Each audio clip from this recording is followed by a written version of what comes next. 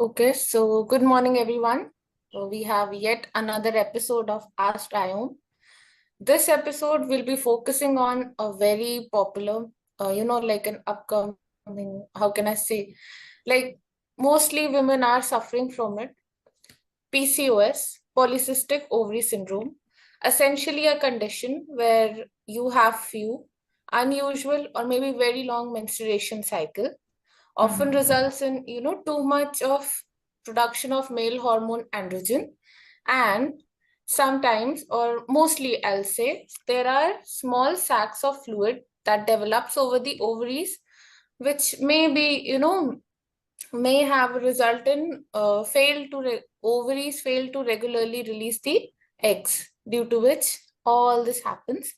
Now, what we are targeting in this video, in this episode, is basically how, when people say that, regulate your weight.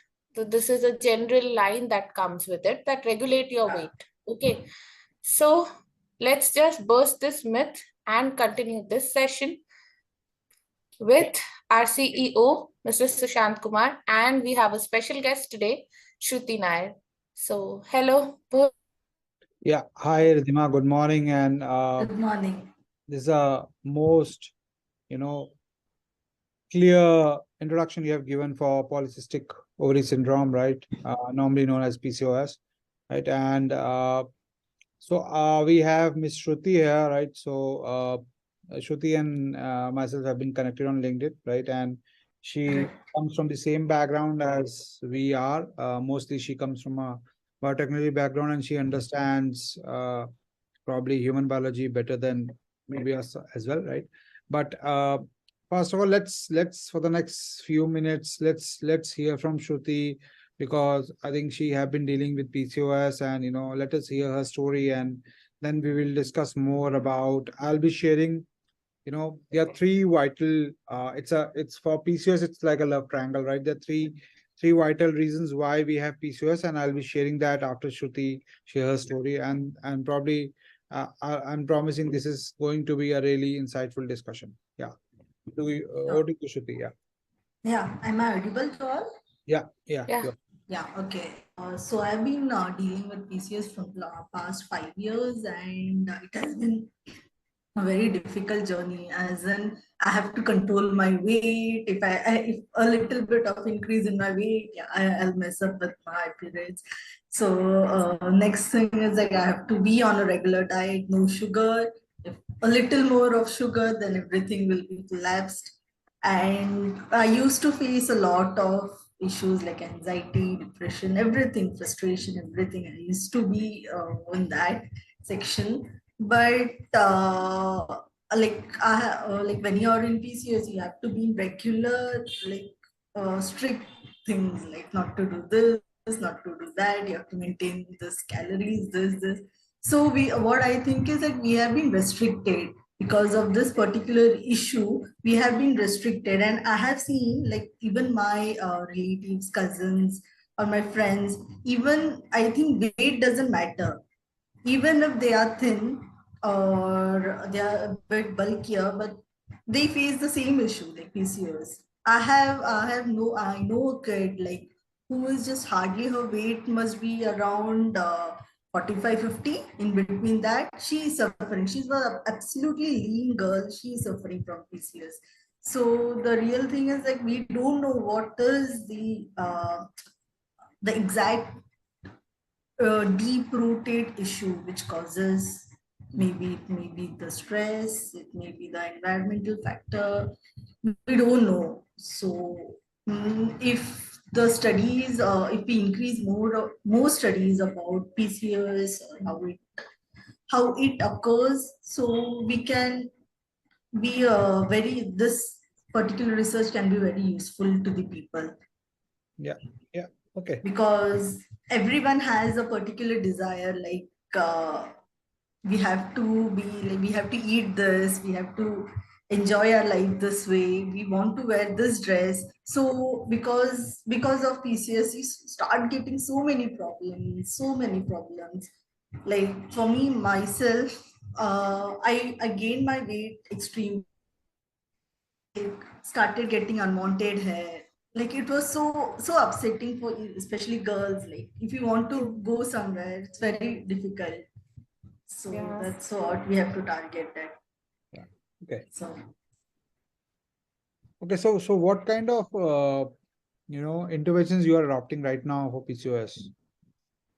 for me, I never had pills or any other medicines, but I went through like a diet system.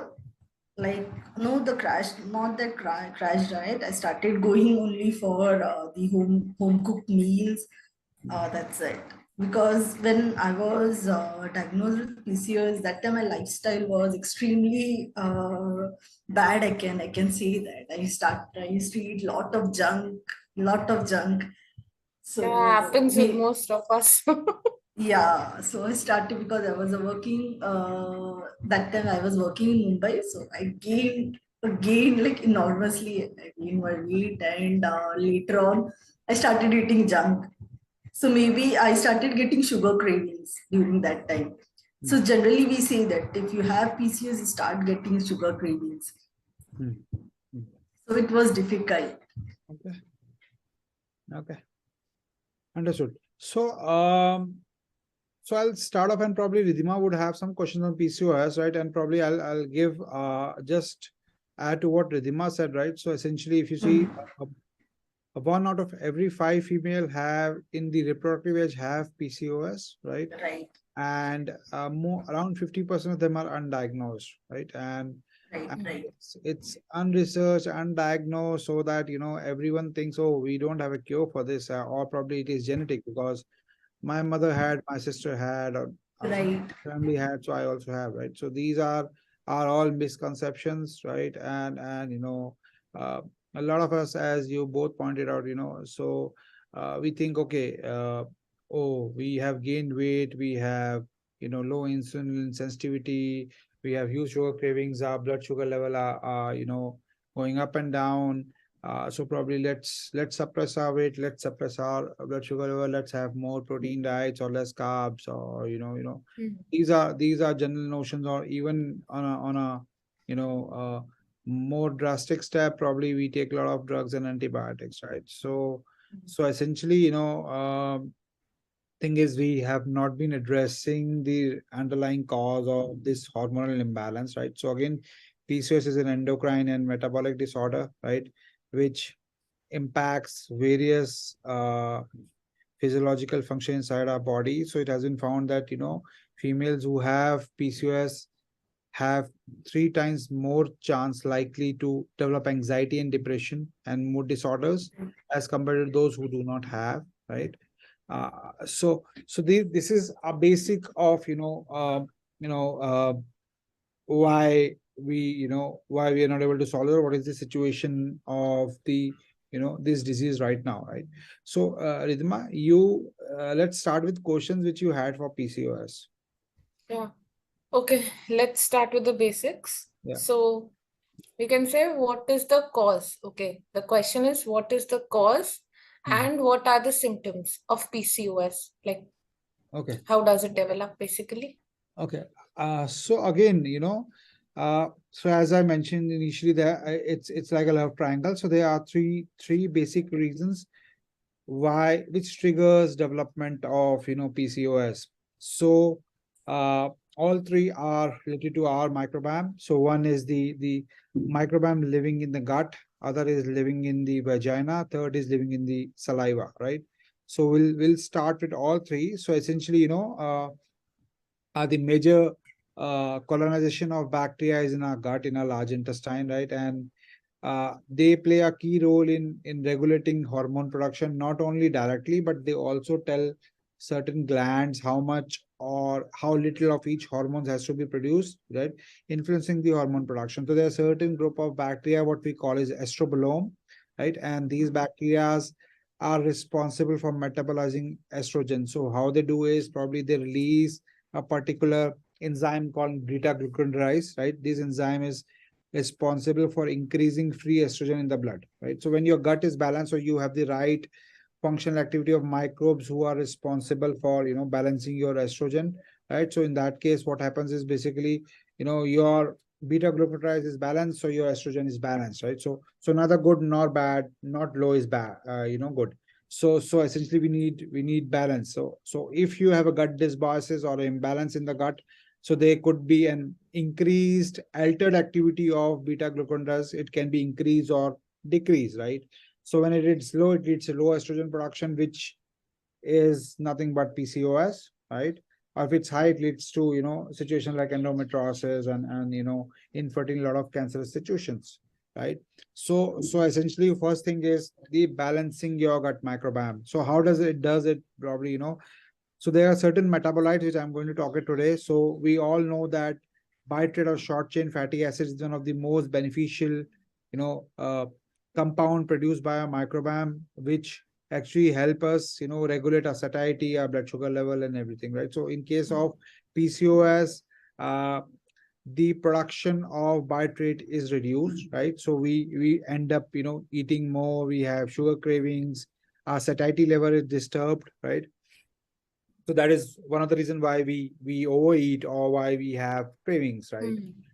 Second is the production of escalated production of an endotoxin called as lipopolysaccharides, LPS. Again, LPS, what happens? It crosses your it moves out of gut, it crosses to various body organs, it goes to adipose tissue and start doing adiposity, what we call as fat cell creation. So we start gaining weight, right? Third is the bioconversion of the fatty acids into glucose. So altering glucose metabolism, increasing the flow of glucose in the circulatory level at the circulatory level. So you have high level of blood sugar, right? That is one of the reasons. Fourth is increased of ghrelin, which is a hunger hormone, right? So you have more of ghrelin, so you end up overeating, right? Similarly, you have more of GLP-1, this is glycogen-like peptide 1, which is again required for regulating your satiety level, blood sugar level. And the biggest factor is, we all know pancreas releases insulin, right? And pancreas take instruction from various these bitrate producing bacteria, right? So because of the low estrogen, there is an, disruption in the communication between the bitrate producing bacteria and pancreas, which leads to insulin resistance, right? So this is one of the reasons why we develop PCOS, right? So essentially, we have never thought that bacteria in our gut probably can lead to this hormonal imbalance, right? And which we are not targeting right now. Right? That is one aspect. Second aspect is the vaginal microbiome. So like gut, we also have, so not that much in we have in gut, but there are billion of bacteria living in the vagina of the female, and there is so a good form of balanced vaginal microbiome is high domination of lactobacillus species, right? Lactobacillus. Unlike gut, because we need a lot of diversity in the gut microbiome, in vaginal microbiome we need less gut diversity, Less diversity. less vaginal diversity, right? And in case of low estrogen, we have found that there are a lot of low level of lactobacillus and high level of pathogens such as mycoplasma and prevotella, right? So these are and even actinomyces and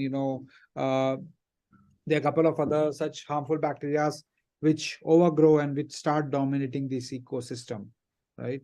So again, people who have a female who have a low level of lactobacillus crispatus or Gasseri or lactobacillus ginseng, all these bacteria are in low diversity, and it is dominated by more of pathogens, as I mentioned. So it can trigger to low estrogen production, right? And third and the most important one, which we have never thought over, is the bacteria living in our saliva, right? So a lot of females who have PCOS also have periodontal disease like gingivitis and dental plague, right? I'm not sure whether you had that, Shruti, but uh, these are the common factors. What are these diseases? Sorry, what are these diseases? It's like dental plague in your mouth, right?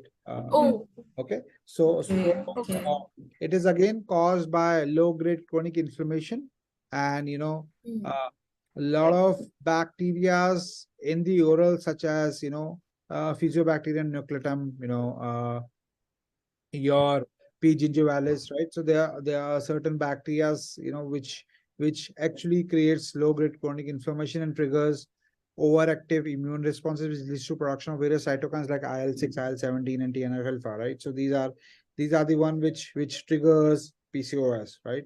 So essentially, the focus should not be on, you know, Weight reduction. weight reduction or just managing your blood sugar, right? Because these Yeah. are symptoms, right? We have to understand why exactly. we develop these symptoms, right? So essentially, we need to, again, as you rightly pointed out, Shruti, that we really need to focus on food. Food is medicine, right? And we need to focus on food which can regulate these metabolites, really suppress LPS, promote bitrate, Right. regulate ghrelin, regulate GLP-1, you know, bring clarity in the communication between bitrate and cells and insulin, right?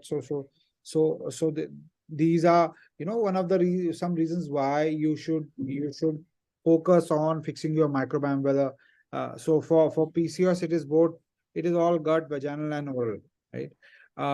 And also that the symptoms, as Ridhima, you pointed out, these are some of the symptoms, irregular menstrual period, and fail to regularly release eggs, and the fluid concentration in ovary cyst, right? Weight gain, insulin resistance, anxiety, depression, mood disorders, right? It's all connected, right? So essentially, so we really need to focus on the activities of the microbiome rather than just focusing on managing weight, right? Yeah. Yeah. Okay, so we have the next one goes.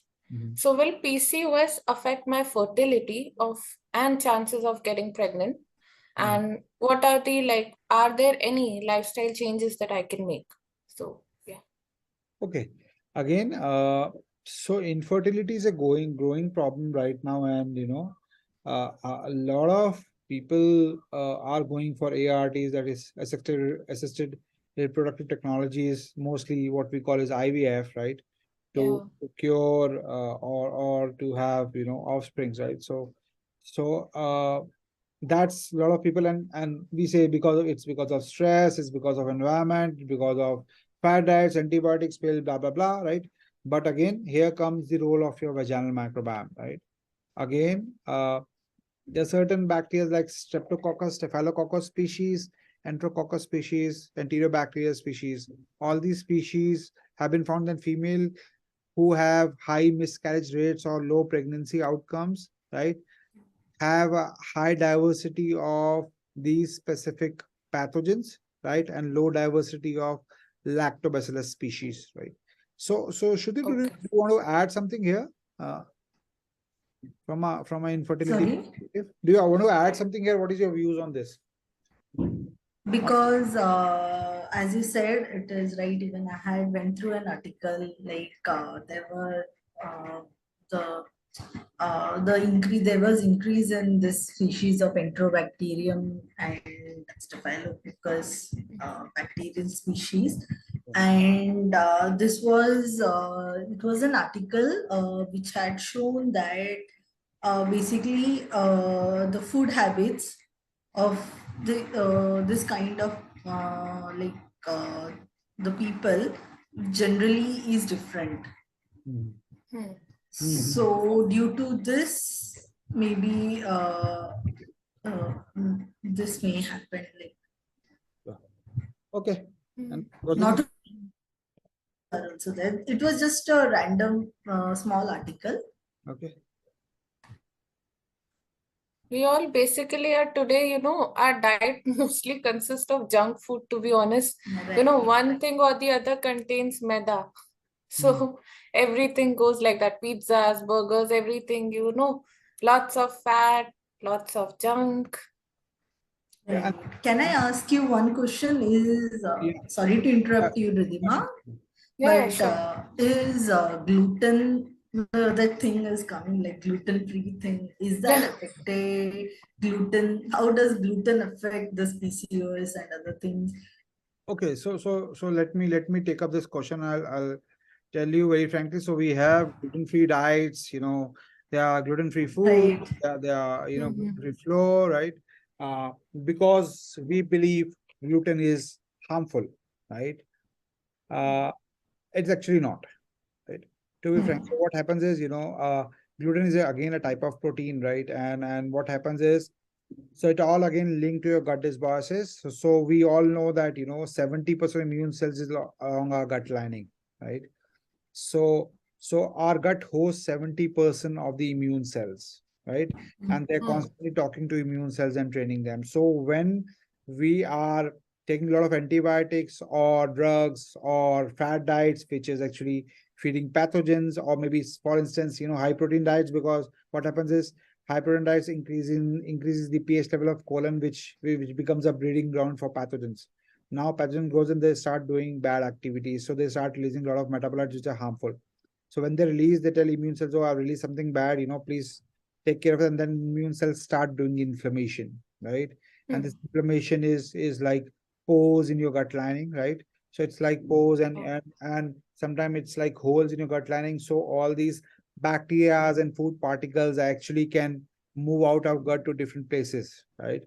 Now what happens is that, similar situation with gluten. So when you have gluten, so gluten has, so essentially what happens is the molecular mimicry or the molecular composition of gluten is similar to a molecular composition of one of some of the immune cells in enzymes released by immune cells, right? So essentially, when your immune system is too overactive because of inflammation or because of leaky gut, because of these pores, right? So the immune cells mistake mistake these immune cells for gluten and start, because when they are seeing gluten, so they think this is something we are getting attacked, because these bacteria start moving out of the gut and they start living at different places. So whenever they feel, oh, something is coming, gluten is coming, lactose is coming, peanut is coming, blah blah blah, if they are bad, let's start doing inflammatory activities, right? Similar to the case when gluten comes, so the immune cells has started releasing antibodies, and then they think, okay, this is something bad, let's kill them, and then they by mistake kill their own immune cells. Now they have the autoimmune issues. So every time you eat gluten, because of leaky gut, all these bacteria are there, or bacteria pathogen living at different places inside your body in different cells and tissues, and they start doing inflammation. So you'll have headache, you will have bloating, constipation issues, you will have fatigue, you'll have migraine, right? All these are just outcome of inflammation, right? So essentially, gluten is not that bad, So the thing is, if you feel bloated, constipated after taking gluten, the doctor will say stop taking gluten. The question is, when you stop taking gluten, right? You are actually stop eating some foods which also have certain nutrients which your body needs. Now, what happens is either you go for a gluten-free foods again. The packaged foods are also laden with a lot of preservatives, right? Although may not mention, but they are, because to increase the shelf life. So these preservatives interfere with the functions of the microbiome, and then you will have, a lot of these bad things, inflammation again happening, right? So it's not that you have to stop gluten. If you have leaky gut, probably you may have to stop for some time, so that, and you have feed with your gut with the right set of food, so that it can rebalance your microbiome, and again you can restart it, right? So this is all fad diet, this is all fad recommendations that have do not have gluten, do not have milk, the lactose free milk, there's almond milk, oat milks, blah blah blah, a lot of things are coming up, right? But if you are feeling trouble after eating this, probably there are a lot of things going on inside your body which you need to fix it, right? Leaving such foods is not a solution to it, right? Another point I wanted to add here, is that from a nutrition perspective, right? Nutrition is science, right?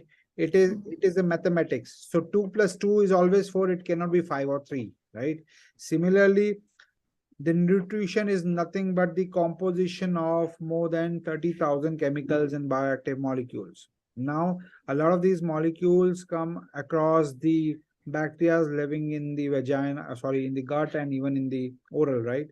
So these they actually, it is like a chemical factory. They metabolize these chemicals and release outputs, which are byproducts, chemical byproducts. These byproducts can be good or bad, right? Depending upon what you're feeding your microbiome with, right?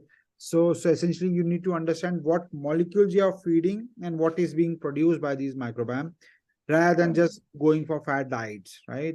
So that's why I never recommend. So, if you start going to some nutritionist or some coach, that is all led by belief systems, right? So you go to three different coaches, you will have three different diets, right? Exactly. So that's why you cannot have, a same output at one point of time cannot lead to different the same input cannot lead to different outputs, right? So if I am going to eat spinach, right, based on my biology, it is going to give me, it is going to create oxalate.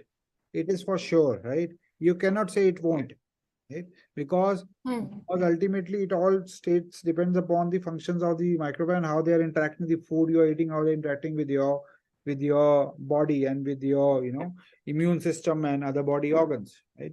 So essentially, do not fall for, no one can tell you what you should eat, right, unless he or she knows about how the molecular interaction is taking place inside your body, right?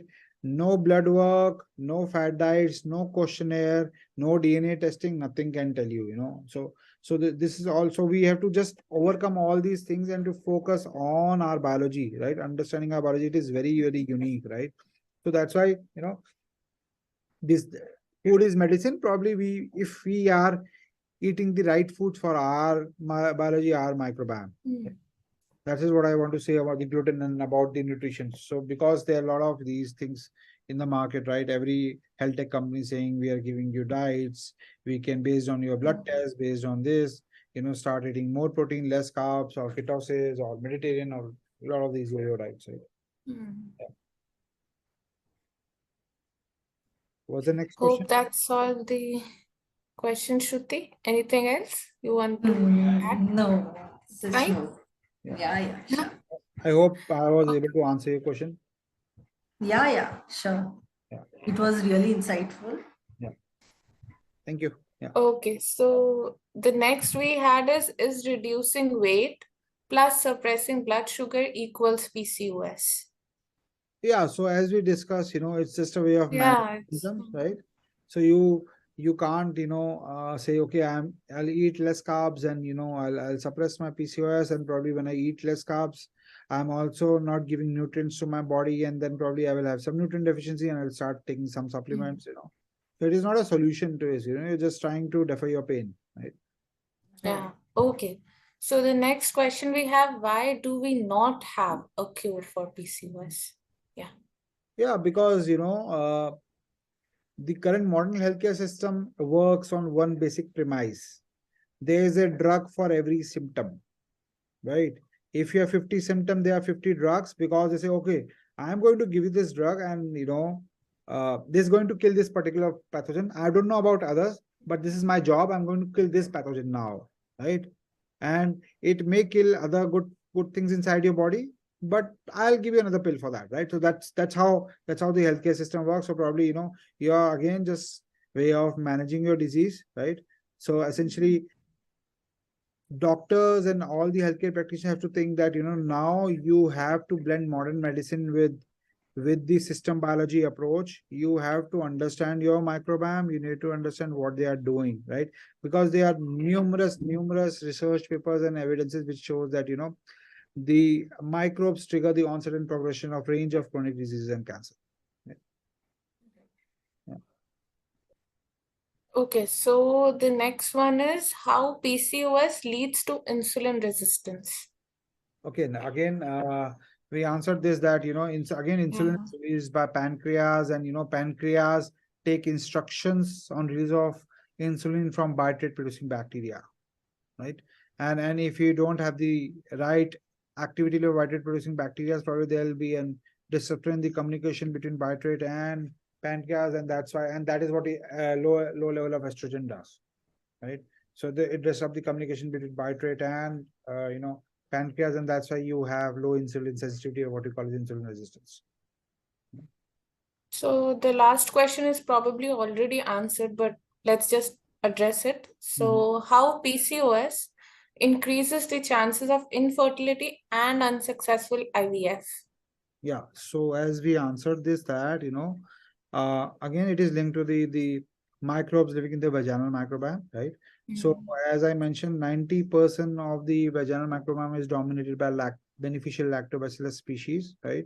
And 10% are harmful. But in case of females having IVF issue, having infertility issues, it's mostly because of domination of lot of enterobacter and staphylococcus and streptococcus species, right? Which changes the vaginal pH level, which actually creates a lot of uh, uh, what do you call it? It creates a lot of pathogenic activities, right? And that's why the success of the IVF is linked with the balanced vaginal microbiome. Okay, so that's all we have for today. Yeah. Okay, great. Yeah. Great, Shruti. Thanks for your presence. Thanks for sharing your story. Thanks for being part of this discussion.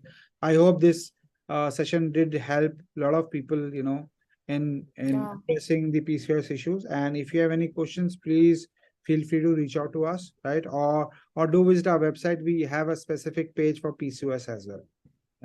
Yeah. Okay, great. Thanks, Ridhima. Thank you so Okay. much. Yeah. Thank so you, much. everyone. Thank you so much. Have a nice day. You too. Bye bye. You too. Bye. Bye bye.